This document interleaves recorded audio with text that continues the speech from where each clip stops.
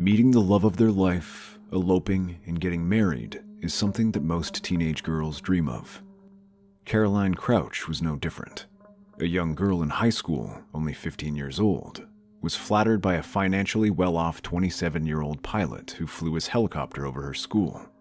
Winning her heart, the two eloped and got married.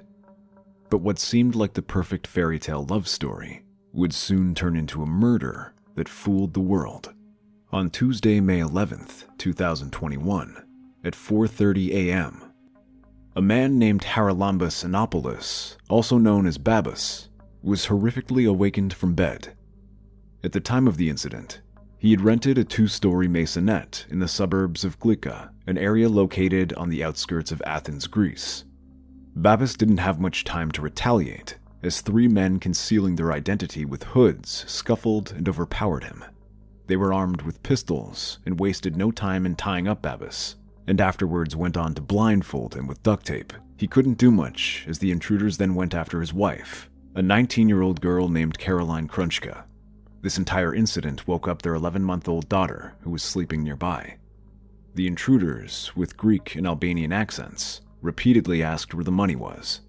Caroline didn't know that what appeared to be a robbery would turn into her own murder. Caroline Crouch was born to the retired engineer David Crouch and Susan Della Costa on July 12, 2001 in Athens.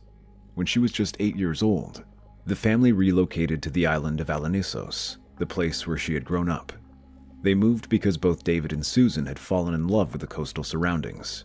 From a very young age, Caroline embraced her beachside life. She was passionate about both scuba diving and swimming. She had met her future husband Babis during a Good Friday parade in 2017. At the time, Babis was a commercial helicopter pilot, and Caroline was only 15 years of age. 3 years later, both of them got married in Portugal on July 15, 2019.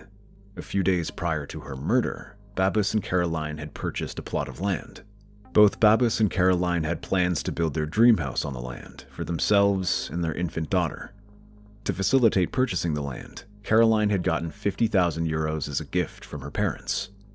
As for the construction costs, the couple had around 10,000 euros hidden away in their house. The public in Greece at the time didn't rely much on banks, as they were at continuous risk of facing bankruptcy. In light of such circumstances, it was common for the general public to have cash stashed away in their house, as it was deemed a safer option. Caroline probably had a similar perspective for storing cash, and by no means would have anticipated what would happen on May 11th. A cry for help. Both Babis and Caroline, alongside their daughter, were tormented with fear as the intruders asked about the end. In an attempt to end the abyss that had befallen them, Babis told them exactly where the money was hidden, a location that's deemed rather unconventional. The intruders opened the Monopoly board game box and took all the money Babis and Caroline had stashed away for their dream house. But they didn't leave. Each one of them kept roaming from room to room as they snatched jewelry and other items of considerable monetary worth. The looters wanted more, but Babis and Caroline had given up all they had and, in a desperation and fear, begged for their lives and that of their daughter. Babis could hear the screams of his wife as the intruders held a firearm against the 11-month-old infant. Although blindfolded, he fought continuously against the restraints. However, the rope around his neck was tightened to the extent that he kept fainting in and out of consciousness. He eventually fainted and then regained his senses after a while. Once conscious, he discovered that the men had left the house. At the moment, the only thing he could hear were the painful cries of his infant daughter. In about 30 minutes or so, Babis was able to get close to his mobile phone and dial emergency services using his nose. As soon as the call connected, Babis cried out for help, asking emergency services to send an ambulance and give them his location.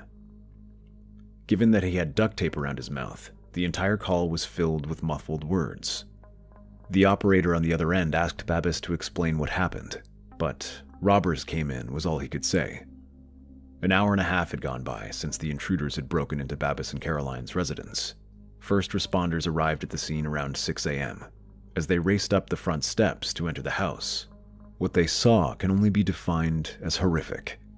Inside, the living space and kitchen had been completely destroyed. The drawers were open and empty, with clothing and other belongings scattered across the entire space. Among them was an open Monopoly box, the same box in which Babis and Caroline had hidden the money. First responders also found a security cam on the living room couch. It appeared as if it had been ripped off the walls. While the camera was lying on the couch, its memory card was missing. From the staircase hung the corpse of a white and brown husky puppy who had been strangled with her own leash. Babis was found on the floor of the main bedroom. His eyes and mouth were covered in duct tape that reached his neck, and restraints kept his hands and feet behind his back. On the bed, lying face down, was Caroline Crouch. Their infant daughter was beside her, crying and clapping as she pushed her mother in an attempt to wake her up. Caroline is declared dead. Their daughter, while in evident distress, appeared to be unharmed. First responders, however, were quick to observe Caroline's pale skin and determined that she was murdered. Babis went into visible shock when he was freed from his restraints and saw the corpse of his wife, the woman he'd been in love with for the past 5 years. The officers were quick to ensure the safety of the infant and began to interrogate Babis.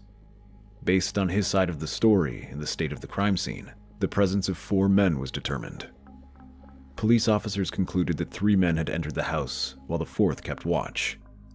They interpreted the entire sequence of events up to the murder and escape as follows. 1. Intruders approached the house through a dirt road that led to its rear entrance.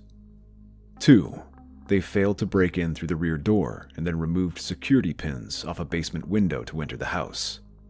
3. After entering the maisonette, they murdered Roxy, the family's 7-month-old husky. The murder weapon, her own leash. 4. The 3 men then entered the main bedroom where Babis and Caroline were asleep. 5. Then they damaged the house and took the money out of the Monopoly box. 6. Before leaving, they murdered Caroline by smothering her with a pillow. 7. Since Babis was drifting in and out of consciousness, the intruders may have assumed he died and left believing that they had left no witnesses behind. As far as Caroline's death is concerned, it was revealed that it was not an instant experience. The 20-year-old female suffered an attack that lasted for around 6 minutes. Bruises across her body showed signs of retaliation, and those on her lips and tongue hinted at the possibility of sharp objects being used. No signs of sexual assault were found. Investigation and speculation. Although the damage done to the couple's house was immense, no concrete evidence was left behind by the intruders.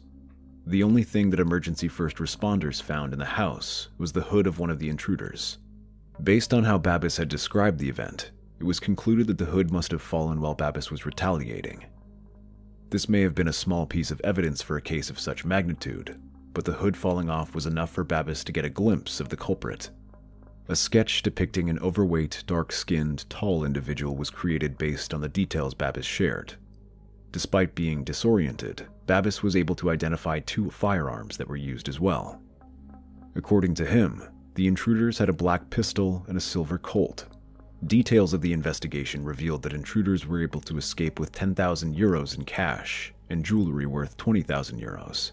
In addition, police concluded that this was an act of professional criminals who had observed the family and waited for the right moment to strike. Furthermore, a police spokesperson had stated it was brutal and violent, and went on to categorize it as an act of someone with a lack of emotions and a strong antisocial personality. Numerous speculations soon followed, as details of the investigation provided more and more insight into the murder. A key trail of thought in everyone's mind was that if money was the motive, why was murder necessary? Some other speculations put forth the claims such as, the intruders were high on drugs and could not control their actions, or maybe Caroline saw or knew them. Caroline resisted and fought back given that she was a black belt kickboxer and intruders had to silence her to keep her under control. Alarms being raised as Caroline may have started to scream when her 11-month-old daughter had a gun against her temple. While all of this was mere speculation, the investigators were certain about one thing. The attack was premeditated. The reason for such an assumption was that the intruders knew the couple had money hidden in the house. Based on this assumption, the police questioned Babis and Caroline's inner circle. They believed that the gang had been given a tip. Alongside these interrogations, Security cam footage from homes and businesses in close proximity was also examined. In the footage, the police identified a dark-colored vehicle, followed by a motorcycle that was cruising around the couple's house on the morning of the murder. Caroline Crouch is laid to rest. Caroline Crouch was laid to rest 3 days after the murder. Her burial site was the Greek island of Alenissos, the same place her parents had fallen in love with and the same place where she grew up. Babis paid tribute to his wife and said he was lucky that he had met Caroline, very lucky that she loved him, and even more lucky that she was the mother of his daughter. He went on to say that their daughter would grow up not remembering her mother. Babis added that Caroline was the joy of life and will always be near him through their daughter. While Caroline was being laid to rest, a car was pulled over in northeast Greece as a routine stop. Inside was a 36-year-old Georgian national male, Georgi Haradishvili, en route to the Bulgarian border. He had handed over his passport, but it was soon identified as a fake. Who was this man, and how is this related to Caroline's murder?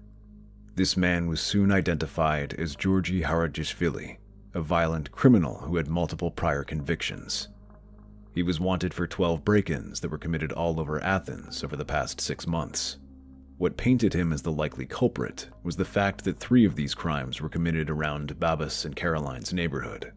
One of the 3 was in December, when Haradishvili and 3 others broke into a house through a rear window, similar to what happened with Babis and Caroline. They then continued to drag the female occupant by the hair and threatened to slit her throat. During that robbery, the group had stolen $10,000 cash and jewelry. Their next hit was on March 7th, just 2 months before Babis and Caroline made it to their hit list. During this robbery, they tied up 4 others and an older couple, along with their cleaning lady. The loot, cash, and other items of significant monetary worth. If patterns aren't enough to paint him as the culprit for the murder, then guess what? He had remarkable similarities with the sketch that was made using Babis's description of the intruder. The evidence racked up against Haradishvili included a history of violent break-ins, an attempt to flee the country, and resemblance to the sketch. Given all of this, the police were confident that they had found their man. Haradishvili was arrested and interrogated for 4 days, during which physical means of getting answers were also used. He was repeatedly questioned about getting to the location, entering the house, and killing Caroline. The physical means used to get answers left him concussed. However, he kept his stance and stated that he'd never heard of Caroline Crouch. The evidence police had against him had come up dry. Haradishvili wasn't their man after all, and was cleared of any involvement in the murder. As a consequence, 3 police officers were demoted from the Athens homicide squad. Continuing the investigation, the police set their sights on a local Albanian organized crime group. Initially, they had a list of 100 people that was later narrowed down to 10. These 10 were individuals who were on a list of criminals known as the Red List. Mugshots of each one were shown to Babis, but the police didn't reveal any other details. The case was taking longer than usual to solve, and the public was beginning to lose patience, given that crimes based on race had increased. The information on Caroline's case were so scarce that even a huge monetary reward went unclaimed. Residents of Athens by now were living in fear, not knowing who would be the next victim. Media reports from the time cited experts saying that this was not an ordinary case, and if it was, it would have been solved. Some investigation details that were revealed stated that there was no DNA or fingerprints. Caroline's family were obviously grateful for the continued pursuit of justice. Babis told journalists that he wishes that what was happening to him would never happen to anyone else. He backed police efforts and continued to front the media, all to keep Caroline's case alive. Babis was even active on social media, answering questions and expressing gratitude for continued support. A breakthrough came on June 17th. 37 days after Caroline was brutally murdered, a small memorial service was being held for her on Olenassus. Those who had come to mourn noticed the detective at the ceremony. The investigators waited until the event had concluded and then began to approach Babis discreetly, asking to be escorted to Athens. The detectives at the time had new information about the case and urged Babis to come and identify the man. Babis, not knowing what lay ahead, agreed. By this time, the investigators had followed up on quite a lot of leads and analyzed some key details the night on which Caroline was killed. These details didn't add up. Babbis had told the police that the intruders broke in from the basement window, but that window was very small, and with the physique of the supposed killer Babbis had described, it was not possible for that to have been the point of entry. Babbis had also claimed that the house had been trashed by the intruders. However, the neighbors told the police that they didn't hear anything of the sort, and the sounds that night were of a couple's puppy crying in distress. No house being trashed, no calls for help, no crying infant. The house didn't have any fingerprints or DNA. To top it all, the question of why the intruders would tie up a male and fight a female was raised. Babbis had also claimed that the intruders must have taken out the memory card for the living room security camera, but data from the camera revealed that the card was removed at 1:20 a.m., a few hours before the criminals had supposedly entered the house. Further details were that Caroline was wearing a smartwatch that monitored her pulse. Her pulse readings from 3:58 a.m. indicated she was asleep, but the ones at 4:05 a.m. were up by 50%, indicating severe physical and mental stress, and the readings at 4:11 a.m. indicated that her heart had stopped. This was before the time Babbis had claimed the murder took place. Babbis, on the other hand, had a fitness app on his smartphone. Data from the app revealed that he was moving around during the time in which he was supposed to be tied up. The police had also tried to reenact Babbis dialing emergency services with his phone. However, no one was able to do that. Police investigations revealed that Caroline had attempted to book a hotel for herself and her daughter on the night she was killed. A text message sent to her friend also revealed that she was threatening to leave Babbis. Back when Babbis had met Caroline, he was on holiday in Alanissos. His mother had lived on the island and was a teacher at Caroline's school. Babbis at the time was charismatic, clever, loved to take photos, and was well off financially. He gained Caroline's attention by flying a helicopter over her school. This was somewhat of a dream that most teenage girls have. But in Caroline's case, she was unaware that this dream would soon turn into a nightmare. She thought they were the perfect match and took her family into confidence, telling them she was happy. Babbis proposed to Caroline a year and a half into their relationship. At the time of the proposal, Caroline was underage, but turned 18 3 days later. The couple exchanged vows and settled in Glisanera. In the initial years of their marriage, Caroline attended college in Athens, and Babbis continued working as a pilot. Both of them were active on social media, sharing the happy life they were living. From their social media handles, the couple appeared to be in a joyful relationship filled with love and romance. The story in Caroline's diary belonged to completely different genres. In her diary, she often questioned her relationship with Babbis. In the year 2019, she wrote about fighting with Babbis and how serious the fight was. She had mentioned that she was planning on leaving and going to her sister, and that she was unsure if she could continue with him. Throughout the course of their marriage, Babbis had become increasingly manipulative and somewhat of a control freak. This behavior was rooted back in their non-traditional wedding. When Babbis and Caroline took vows, they abandoned the idea of having a traditional Greek wedding that would be filled with celebrations, family, and friends. Instead, they had eloped. What may have felt like a romantic gesture from the man of her dreams was indeed an attempt to isolate her. The isolation attempts continued when the couple returned home. Babbis was the only one who put food on the table, and Caroline was just a university student without much money. Susan, Caroline's mother, would send some, but that too would be taken by Babbis. In her diary, she had written, "I love Babbis so much that I can't leave him, even though this relationship hurts me." Details of a tearful confrontation with her husband were also found in her diary. She had mentioned that she wanted to leave Babbis, but given that she was pregnant, she couldn't. Caroline wrote, "I stayed with him so my daughter would not grow up without her two parents." Another entry dated July 2020 from her diary read, "Today my little one is a month old. It's also the day I told Babbis I want to leave. I feel awful." The diary also had mentions of a house in Athens, located in Halandri. What started out as a fairy tale love story for Caroline had now turned into an abyss filled with pain, horror, despair, and a sense of being estranged, an abyss that she couldn't escape, one that would eventually consume her. Phone records hours before her murder also revealed argumentative and combative texts with Babbis while the two were at home together, serving as a testament to how distant and dysfunctional the relationship had become.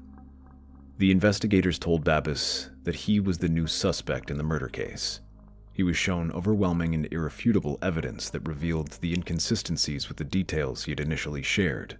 He was interrogated for 8 hours before he broke down. Eventually, he began to confess, but the confession was one filled with fabrication. He told the police that he and Caroline started arguing on May 10th, the night before she was killed.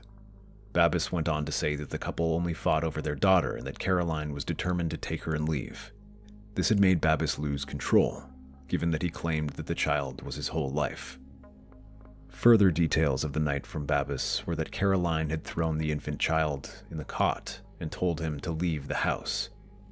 He mentioned that Caroline was the one who resorted to physical abuse and had pushed him and punched him. Babbis added that because of this, his judgment became clouded. From this point onward, Babbis lashed out, strangled her, pressed a pillow on her face using his complete body weight, and killed her. A cold-blooded murder in front of an 11-month-old child. He mentioned thinking about getting rid of the body, but knew that that would not be possible. Soon after, the thought of framing someone else came to mind. He staged a home invasion, and to make it look real, he even killed Roxy, placed his own child next to the corpse of his wife, and continued by tying himself up with some rope and duct tape. He mentioned that he deserved to be punished, and that he owed a big apology to everyone he'd hurt. While he believed that his actions were not justified, he tried to shift blame on Caroline, saying that he had become unstable and aggressive after the couple's one and only child. A child that would now have to grow up without her mother. A child who will never know who her mother was because she was brutally killed by the very man she once loved. The case was later dubbed the murder that fooled the world. Babbis had become so confident about getting away with the murder that he didn't bother to destroy key evidence. In May 2022, he was charged and found guilty of premeditated murder, preventing the course of justice, lying to authorities, and animal abuse.